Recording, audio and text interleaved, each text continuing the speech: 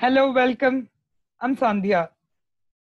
This is the course Programming for Problem Solving, and this video is a series of videos in the Unit 3 of the PPS subject for SEM for all the first BTech students of GRIET. And in this part of the video, we're going to look at what are all the various ways of passing inputs to a function, or in other words, in general called as parameter passing techniques or mechanisms in C. What are the various parameter passing mechanisms in C? So yes, parameters are nothing but inputs, and mechanisms are the ways in which inputs are passed to the function. And there are two such types of passing inputs to the function.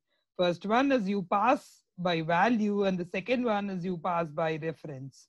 As the name says, pass by value is by just sending variables, and pass by reference is by using addresses and pointers. So in C, functions exchange data, or functions communicate by exchanging data called as parameters, which are the inputs given to a function. And there are two ways in which arguments, calling function pass inputs to the called function, and they are call by value or pass by value, and call by reference or pass by reference. Parameter passing techniques or parameter passing mechanisms. Let's go ahead and start with the first one, that's call by value or pass by value. So call by value or a pass by value is a technique, is a method in which a calling function sends a copy of the actual variables to the call function, but the changes in the called function do not reflect the original values of the calling function, because two separate copies are shared between the calling and the call function, and the actual arguments can be variables or constants, but the formal arguments must be variables. The formal arguments must be variables. So for example, let us consider swapping of two numbers. What is swapping? Swapping is exchanging of data between two numbers. Suppose let us assume that A is 10 and B is 15. In this example, A is 10, B is 15. So I call the function swap of A comma B. Here, whenever a function call is made, the value of A gets copied and stored in X. Likewise, the value of B, which is 15, gets copied and stored in Y. So therefore, X stores the value 10 and Y stores the value 15. Y stores the value 15. So in this case, what are we doing? We are trying to swap the values. So therefore, you wrote T is equal to X. This is a local variables. Inside a swap function, you have two local variables. So when we try to execute this inside the swap function, there are two local variables, X, Y, and T. Now T is equal to X. What is the value of X? 10. That's just copied. Now Y is equal to X is equal to Y. What is the value in Y? Y value is 15. So X is equal to Y. So that means now instead of 10, Y will store 15, and Y is equal to T. What is there in T? 10. So just copy it. Now it becomes 10. So when you print this in swap function value of A and B, you get A is equal to what? What is there in A? A is nothing but X. So therefore, you get A is equal to 15 and B is equal to 10. We get A is equal to 15 and B is equal to 10. But when we go back, the local values X and Y will die, because they are the local variables. They don't remain once when the control transfers back. So therefore, A will still be remained with 10 and B will still be remained with 15. So in this program, inside the swap function, A is 15, B is 10, but outside A is 10 and B is 15 only. So that's an example where you don't reflect the changes. Changes are not reflected. And this is one such an example where changes are not reflected, because a copy, the most important thing is copy of arguments are stored. A, B make their replicates into X and Y. A, B make their replicates into X and Y, because two separate copies of data are maintained. So this is about call by value or a pass by value technique, in which the values are not reflected. The changes made in the call function or the subprogram are not reflected in the main program, because a copy of the values are shared by both, copy of values are maintained by the calling function and the call function. The values are modified in the local values, but the original values are as it is. Okay, so next one is call by reference or pass by reference technique. Okay, so call by reference or a pass by reference technique is a way of passing inputs from the calling function to the call function using addresses. So when addresses are sent, the formal arguments become pointers and the actual arguments are addresses of variables. in this concept, only a single copy of values are shared by both the calling and the call function. For example, A is 10, B is 15. So here the main has, this is a main program in which main has value A and B. So A is 10, B is 15. Let us assume the addresses of this is, let it be 200 and let it be 250. Okay, so now what are you calling? You're swapping ampersand A and ampersand B. Address of A, what is the address of A? 200. What is the address of B? 250. So we are passing 200 comma 250. So therefore, X is a pointer that stores a value 200 and Y is a pointer that stores a value 250.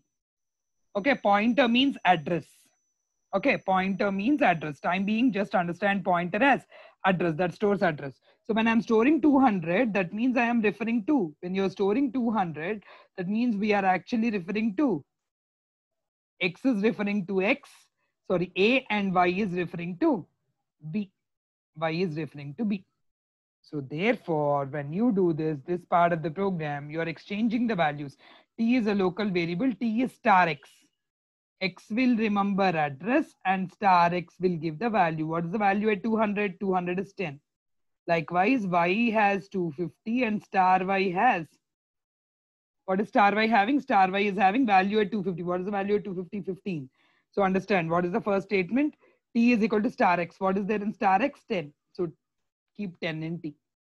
Now you wrote star X is equal to star Y. What is the value in star Y? 15. So star X is equal to 15. So now remove this. Star X is equal to 15. If you want to make this change in 15, star X value at 200. So change this value to 15. Now, then you have star Y. Star Y is equal to T. What is the value in T? 10. So put it here, 10. So now star Y from 15 needs to be overwritten to 10. So here go back and make it as 10. Now when you print, the main value A is changed to 15 and the value B is also changed to 15. So when you print, you get both the values as 1510 and 1510. So this is an example where the changes are reflected. The changes are reflected because why? Why are the changes reflected? Because the copy of a value is shared between them. The main program and the subprogram share a copy. They share a copy in terms of EAB. దీని దగ్గర దాని address ఉంది కాబట్టి the subprogram is again modifying on the same data. So that's why the actual arguments are addresses of variables and the formal arguments are pointers. They share a copy. That's the important thing.